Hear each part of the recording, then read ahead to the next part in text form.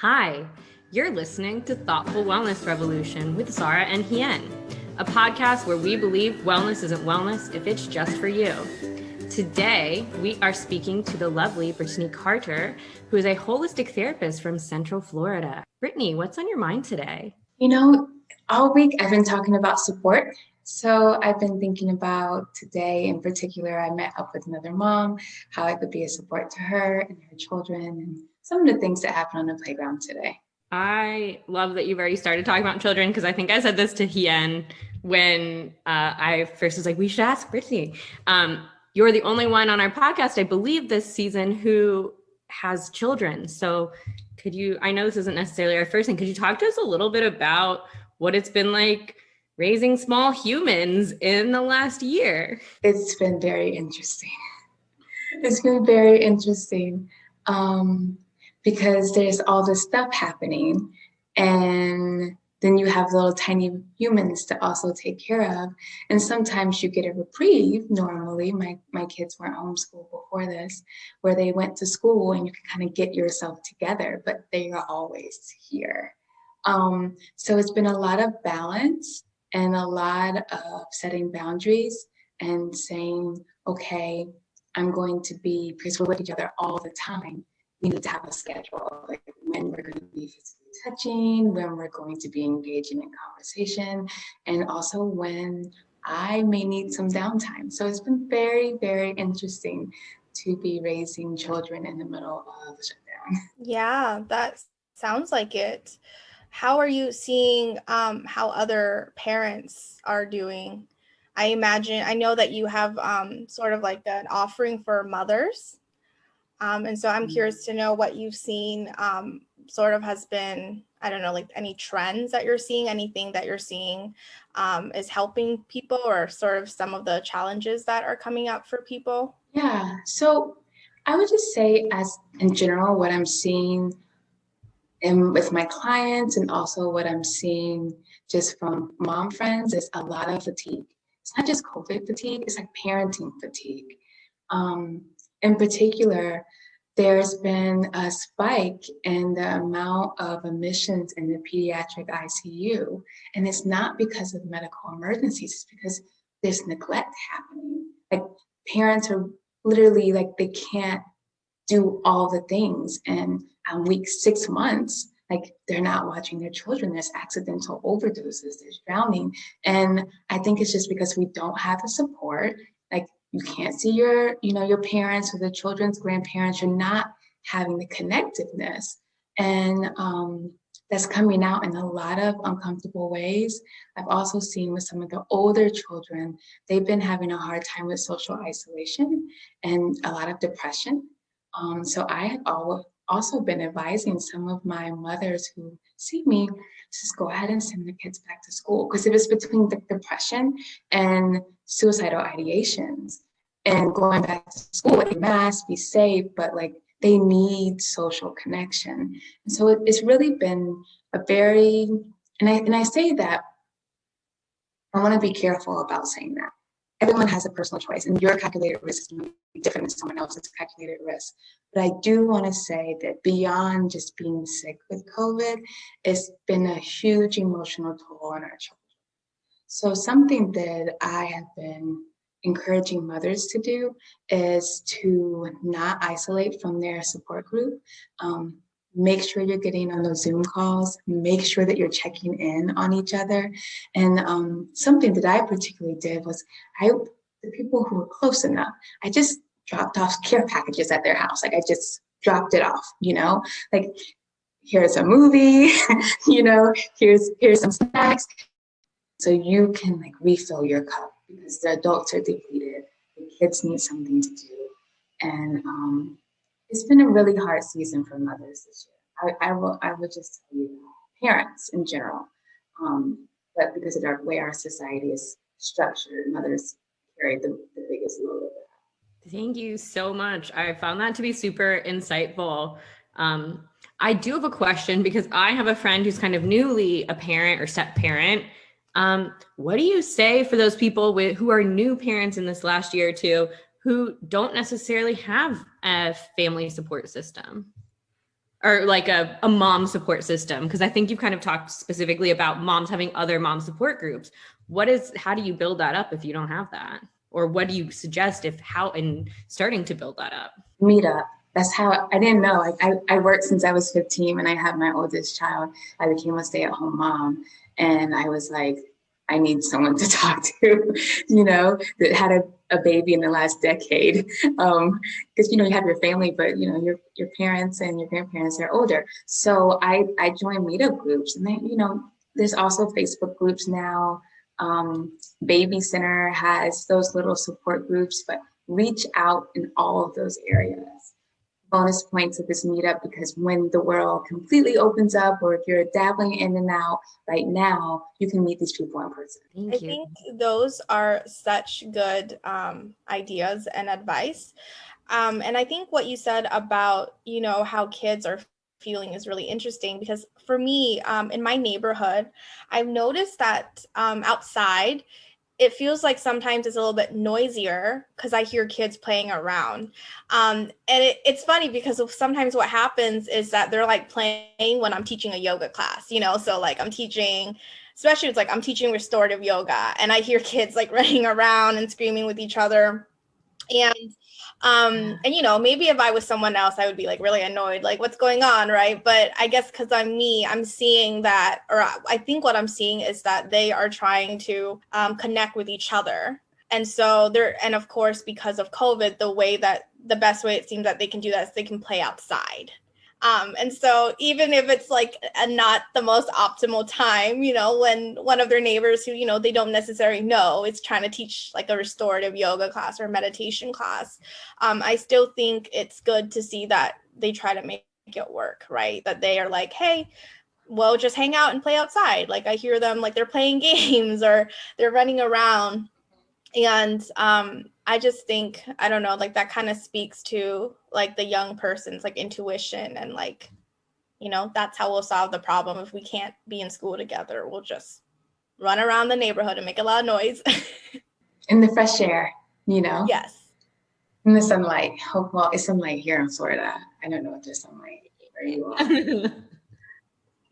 are. Yeah, we love our Florida sunlight. And it's nice too to see kids playing outside, because it's kind of like we went through a weird phase when computers and like technology shifted, where it was like, oh yeah, no, it's like a weird thing to let your kids go play outside because like maybe they'll get abducted, which like obviously also is still very true. I'm not like negating the importance of that, but like now it's like, oh, you're stuck inside with technology all the day, please go outside. And that's kind of I think that's pretty cool to see.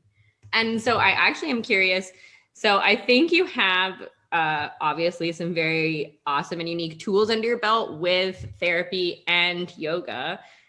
How do you take care of yourself as a mother? How do you take care of yourself as a therapist? How do you take care of yourself in a year of this past year? I'll say that, pre-COVID, I was tooting my own horn. I was pretty balanced. I was pretty good at this. Routines my husband works a lot.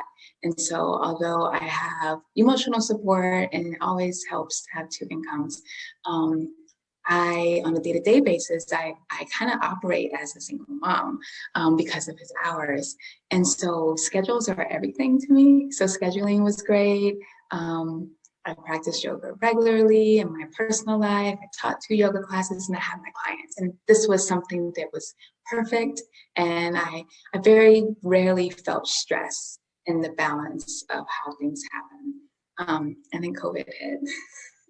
And I think like everybody else, it was just like, oh my goodness, what do we do? So for me, I definitely became out of balance with my body. I still was meditating. And I was still trying to visualize my day, but it was harder for me to visualize what my day was going to look like because I didn't always know. And then I stopped moving my body. It's like with my yoga asana, I also worked out. I ran and I did HIIT stuff, like that all stopped. Because I didn't have, we only have 100%, like we have a pie, and you can only cut it up so little, and something had to give. My kids were here longer, and so what physical activity left for me. We were still taking walks, but just I need the fire. And I was definitely not getting the fire, the burn. And that's something that my personality needs, and I wasn't getting that. And then on top of that, I was getting this, we were and am in a mental health crisis. The murder of George Floyd, the new civil rights movement, the rush, and then the pandemic. So I went from these many clients to these many clients, and feeling like I had to help everybody because I think I was in the middle of some type of weirdness as well. So it was definitely a season of, excuse my language, what the F, and I was just it was weird. You want to help, but there was nothing you can do. So my personality was just work more, just see more people and do more things, and that wasn't good. So I'm finally back to, again, we hit the anniversary of just stay inside for 2 weeks and we'll flatten the curve. I'm finally back to moving my body again, finding balance within my work and not just seeing people all day, all night, and feeling more in my body. Because I would say for a good 8-9 months, I was out of sorts. Yeah, thank you for, sharing all of that. I think that is probably something a lot of people can relate to. I feel like I really relate to that. One thing that came to mind I wanted to ask about is that I do know that you provide a BIPOC support group. And I was wondering if you could share more about that, how that came to be, and sort of, how is it going for you? Because I think it's such an awesome offering to have, especially throughout all of this. Yeah, it really birthed with me having a conversation with my children. I was devastated again and again by the murder of people who look like me, but there's something about when they murdered George Floyd that it really was agony for me. It was really heavy. And I went through this period where I was trying to figure out how I felt and then share with my children, who were at the time they were 8 and 5, or maybe 8 and 4. And I had to get myself together, and I got myself together. So it was a couple of days, maybe a week, and I sat down and talked to my children. And my oldest was like, I already know. BLM. She raised her fist, and I was like, how do you know this? What's happening? She's like, oh, well, I saw it on Roblox, and I didn't know what it meant, so I Googled it. So she was like, what are you and Daddy doing? And I was like, okay, so let me tell you what I'm doing. I said, I would love to be in the streets and right, wrong, or indifferent. I would love to be burning down a building. I'm sorry, that's how I felt. But I said, I can't do that because I have to take care of you. And Mommy can't go to jail. And they'll take my license away and I won't be able to help other people anymore. So something that I am doing is we are helping the people get out of jail. So we're donating to these funds to help the protesters get out of jail. The question that she asked me, it resonated. I was like, what else could I be doing? What could I be doing? And so that's how the support group grew. I was motivated by my then 8-year-old, what are you doing? You aren't going to a protest, what? So I was like, okay, this is what I can do. I'm a therapist. Before I was in private practice, group therapy is what I predominantly did. And I made a support group so it would be free. So it is a support group, but we started out just a place for us to dump. But we have a lot of the same people come, and we have a community now. I end every support group by saying, how do you want to be supported and how can you support your community this month? Every support group ends that way.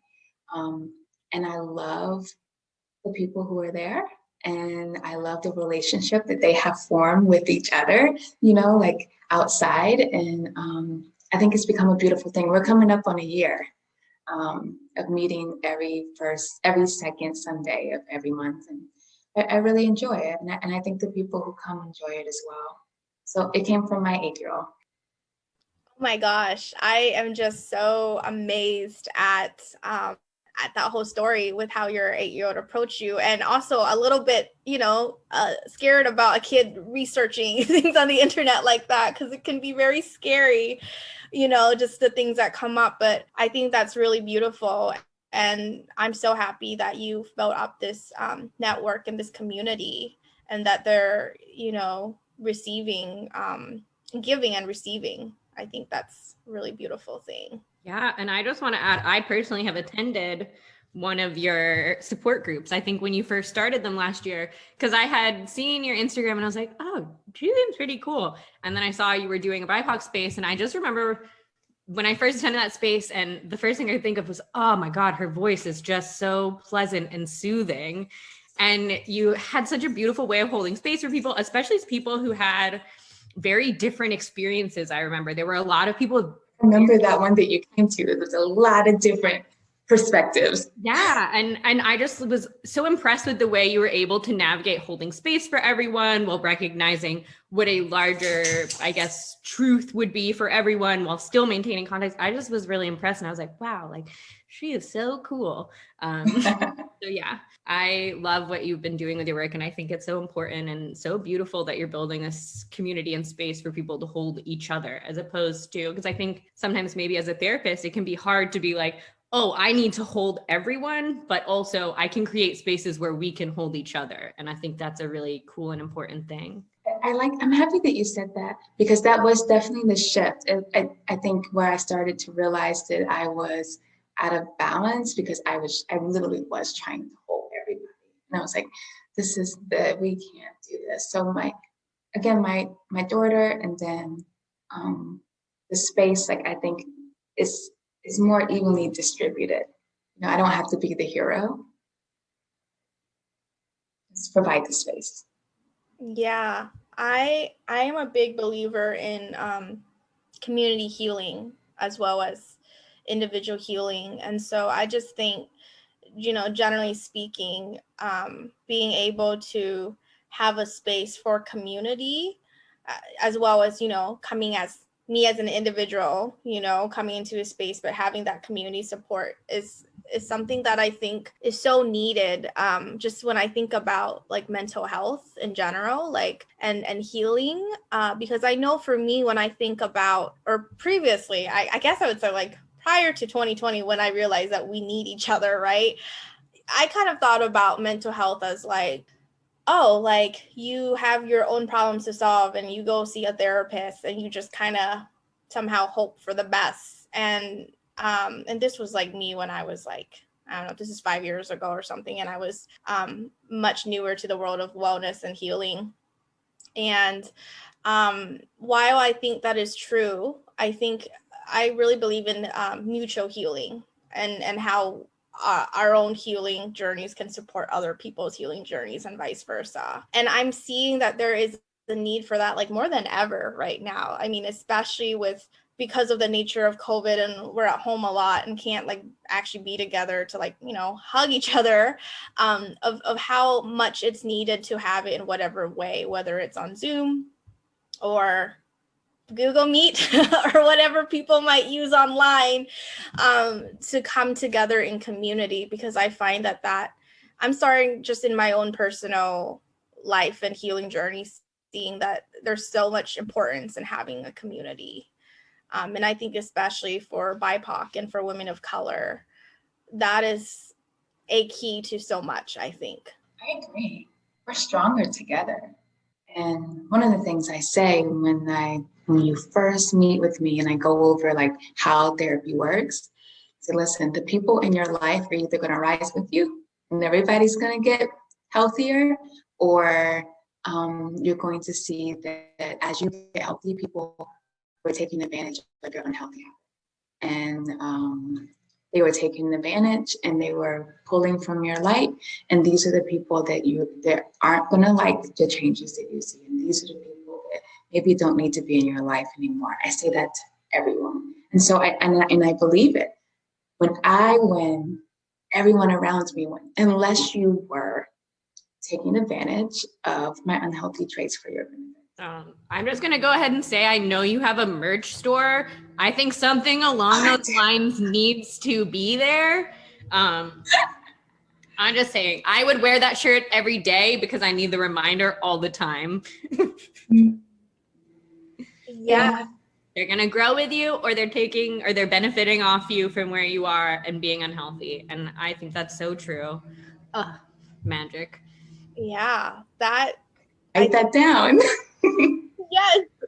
That is, wow. That's like blowing my mind a little bit. I was like, I mean, I understand that concept, but to kind of hear it out loud, I'm like, oh yeah. Like when I think about my own healing journey and, you know, in my life, you know, like people in my family, and I would say in my culture, Asian American culture, are not so, I mean, it's changing now, but they're not so keen on, you know, getting help and going to therapy and doing that inner work and healing. Sorry, I see you're making faces at me because you know exactly what I'm talking about.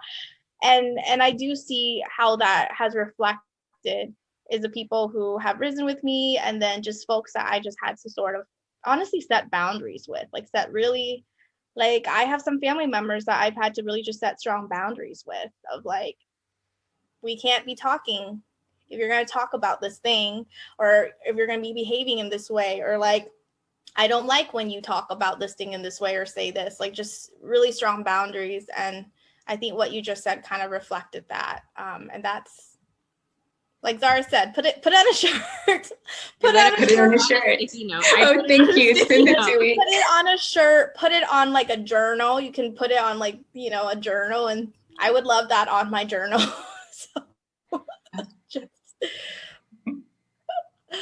I'm curious to know, because I know that you also teach yoga, how you include yoga, or how you offer yoga, and you know, if you include it within your therapy practice, or you know, how you see yoga as a practice that supports all the holistic kind of therapy stuff that you are into and offer. Right. So pre-March 2020, I taught 2 small intimate yoga classes a week. And I also, with certain clients, not everyone, because people are drawn to me because they see parts of themselves in me. But then some people are drawn to me as well, and they're not ready to open up those doors. So not all my clients, but I would say maybe like 45%, we practice yoga for 30 minutes. And then we have, so it's in the session, it's incorporated in the session. Because a lot of what happens in life is reacting instead of responding. So yoga helps stay in your body. Don't freak out, just breathe, clear your mind a little bit, get out of your cortex, because your brain will always lie to you and tell you like crazy stuff and have you going to like trauma thoughts and automatic thoughts. Things do no longer serve you. So instead of being all up here, stop, breathe, get in your body. And then we can say, okay, what are we going to do next? So I use that a lot coupled with CBT, cognitive behavioral therapy, and that's what I do in therapy. Now, some people don't want to move their bodies, or they're at work. And so with those people, I normally just do like a quick, in the mornings, in the beginning of the session, we do like a quick breathing meditation, and then we close it out. So it's still a little bit of the pranayama and the guided meditation. We have session and then we close it out. But I am going to start teaching again, because I do miss sharing space and teaching. And it took a while for me to be able to wrap my head around how I was a toucher. I touched a lot. Because these were people that were in my community and they knew me already. So there was a lot of hugging, and you leaving, there was a lot of hugging. And then in Savasana, there was a lot of like, you know, oils and stuff. And this was something that everyone enjoyed, and I didn't know how to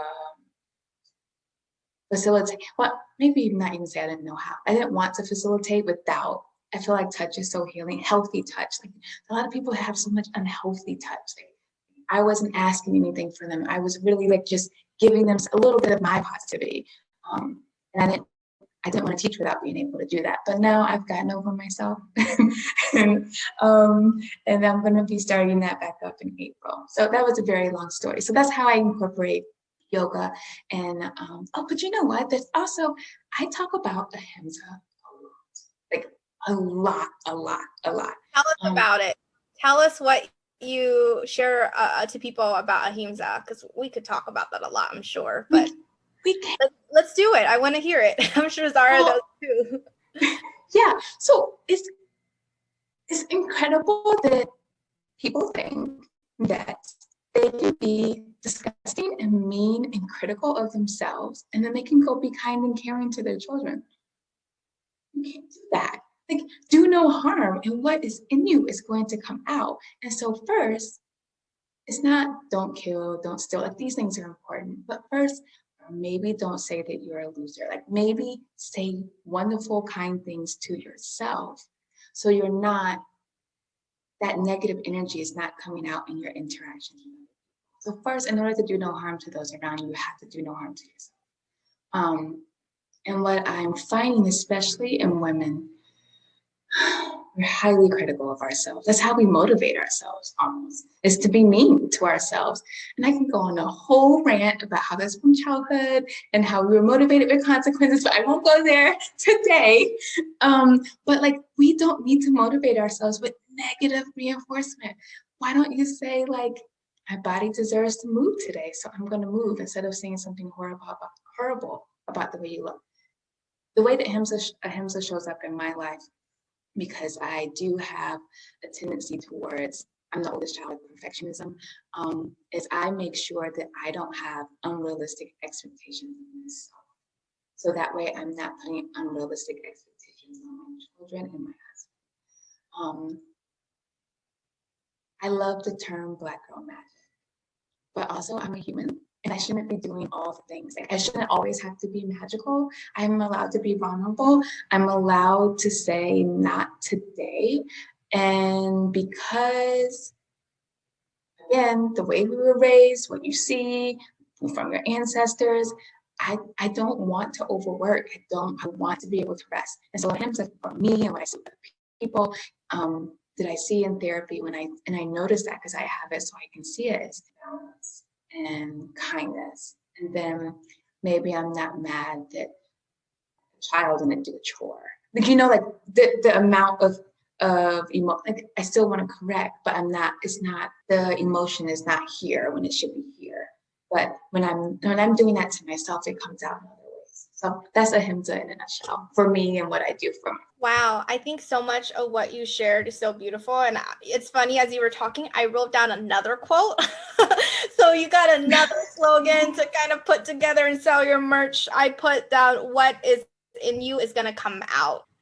What is in you is going to come out. So definitely, I think that idea of practicing ahimsa with ourselves so that we can pour that out into the world and people we interact with is just like, yes, needs to be widely known and heard. And yeah, I definitely relate to the idea of, you know, being highly critical of myself as a woman and thinking that was good, that's the way to motivate me. And I just, when you were saying that, I just like had flashbacks to my younger days of like, I was so hard on myself and I thought that was a right thing to do. Like, I thought it was like, if I'm not super hard on myself, then like, I'm never gonna get anything done. Like, I need to be super like critical so that it'll give me motivation to do things. But it was so damaging to my self-esteem. It was so damaging to like the way I thought about myself and my relationship with like people. Because then, and I'm not saying this goes for everyone, but then I would also be,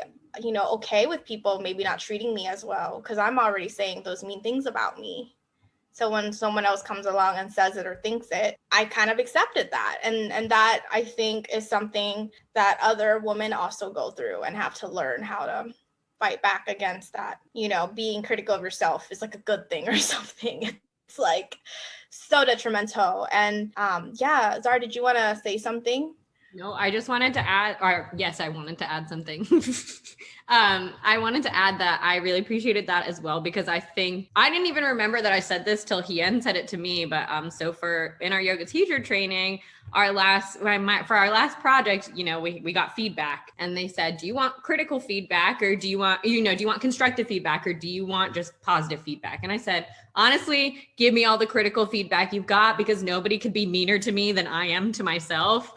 And he started talking to me about like, and I had been working with Self-Compassion and Ahimsa as well before that, but like when Hien was like, I have this Self-Compassion class that I think I'd really like you to try. and I was looking into it and I was reading it and I was just like sobbing the whole time, because I was like, whoo, you are real mean in there to yourself. And it's so true, because when you're mean inside, there is no other way. Like eventually it has to come out. And I found myself much more compassionate with other people when they make mistakes, much easier to not expect so much from other people as I've been practicing like more dedicatedly self-compassion and being like, I actually don't need to be mean to anyone about this to get this done. And it actually might get done in a better way and everyone's happier about it. Yeah, so I appreciate you sharing that. No problem. Yeah, I think everything that you said is just like, oh yes, it's so real. And I didn't know that my little workshop I shared with you gave you a lot of feelings. But yeah, I'm very big on self-compassion, just because sort of like I mentioned my own experiences. And so I'm very happy to hear, Brittini, that you are sharing that with the people you work with, because I think it's like people need to know that there's another way, and it's ahimsa, and it starts with you. I'm curious to know what is wellness to you. Like you kind of mentioned how you were at certain points in the last year you felt kind of like that overwhelmed, like you were doing too much and trying to be there for too many people, and so that was kind of like how you knew you were not well. And so what is it for you then, and how is it that you know that you're well and that this is the wellness that you are practicing and embodying? One of the things I make sure that I do is I'm a person of solitude. I love solitude, and that's a little bit harder when you have children and a family. So Fridays, I block out, I don't take clients. And my children don't get out of school till about 3. I make sure that I don't overschedule that time. And sometimes, yes, I gotta go to the doctor, but most of the time I'm spending time with myself doing something that I want to do. Sometimes if that includes someone else, that's great, but I know that I need that recharge time. This season of pandemic taught me anything, is to remind me that I need solitude. So there's that. In terms of wellness, I'm a extroverted introvert, that a thing. So I enjoy being by myself, but I need small groups, small group interaction. I love my friends a lot. I love them. And I know that that's something else that I need. So even in COVID, I was like, listen, y'all can all wear your mask, but someone has to come see me. It's something that I personally need. And I need my meditation. So these are things that, and I need to be in my passion. And so if you're familiar with my work, you've heard me say this 1,000 times. Like, I've only ever wanted to help people since I was a child. I've never, some people like change majors 1,000 times and do all, like, I've only wanted to do this. It's changed. I used to want to work with kids, and before 2017, I wasn't a holistic therapist, but I've always wanted to help people. And so I know that I need to be by myself. I need my social interaction. I need my family, but I also need to be operating in my gift, or I feel unsettled. I can't. I wasn't working as much when my children were really young. I felt not like myself. I need to be helping people. It's just something that I need in my life for me to feel well, but in a healthy way. Because before I was a therapist, it was just like anybody who needed something, like they became my best friend. And so you like pour all this stuff into people who maybe don't need it, or appreciate it, and then you get resentment. So not that, like it needs to be done with boundaries. And so I make sure that my cup is at least half full before I try to help anyone else. What was the second part to that question? Can you remind me what it was? I think you answered it. I forgot what I had said, but I think you answered it of, just wondering what wellness means to you, just because you had mentioned when you knew that things were not well with you and things had to change. And I think you answered it perfectly. I think in some ways I'm also an extroverted introvert.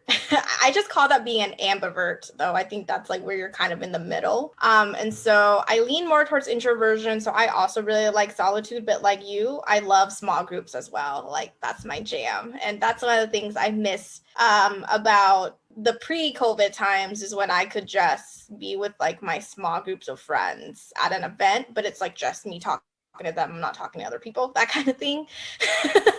Sorry, you're like laughing at me. It's like, well, the other people are okay too. If they come up to me, I'll say hi, but I'm just there for the people I do know. You know what that's like.